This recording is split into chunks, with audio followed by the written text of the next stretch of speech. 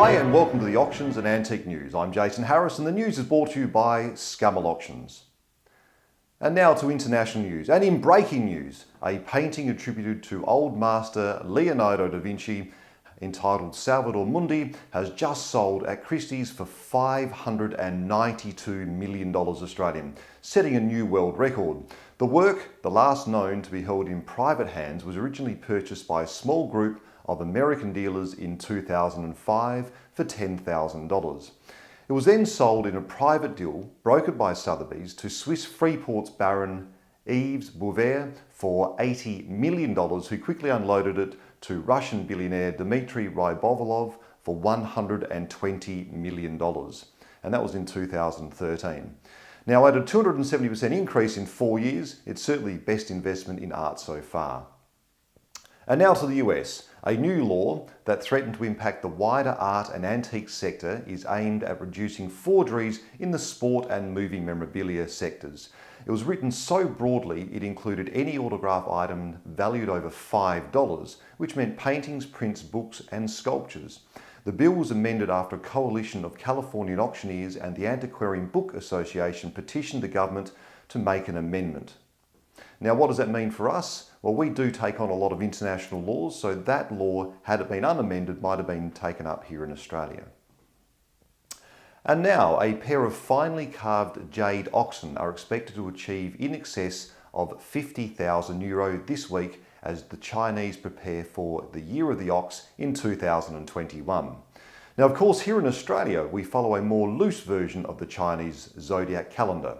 2 years ago, we finished with Year of the Goose, followed by what some Australians thought to be a Year of the Eagle, but ended up to being a double year of the turkeys.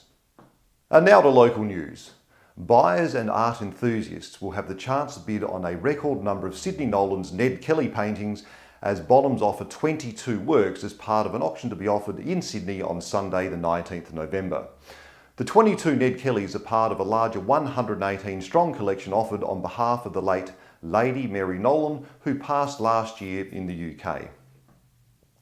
And Moss Greens have launched a new auction format to highlight high quality art, aptly named Important Art, boasting fresh works to the market, larger catalogue formats and essay-like provenance. And I always thought that was the standard. But anyway, important art it is. However, I wonder if their other auctions will contain less important art. Only time will tell.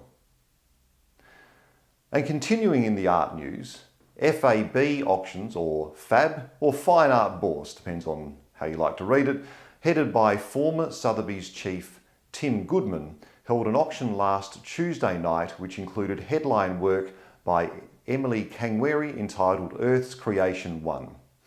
Their state-of-the-art bidding system was hit hard with a reported 10,000 strong online bidders from around the globe, which brought the Hong Kong-based service to a halt and eventually crashing. The auction has been postponed until Thursday. The Kangweri is expected to sell in excess of $2 million. And finally, tearing ourselves away from the art market for just a moment, a story for the cricketing collectors.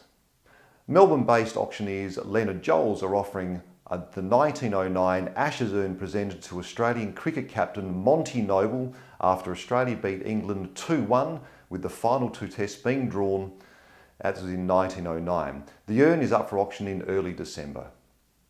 And in even more local news, Scammells are launching their final 2-day showcase auction for the year, with 380 lots split over 2 days. The Sunday section offers buyers an outstanding collection of Australian pottery, silver, estate jewellery and objects of virtue, followed by a rare collection of Australian colonial furniture, traditional and contemporary art and antique rugs on Monday evening.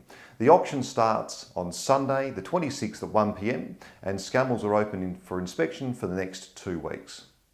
Now we move on to auction highlights, or what stuff's worth. Now for the jewellery collectors.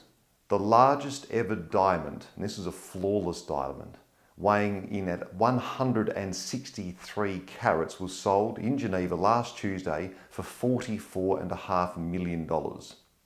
And a Yongzhen dish dated between 1723 and 1735 sold for $400,000 by Derbyshire auctioneers Hanson's.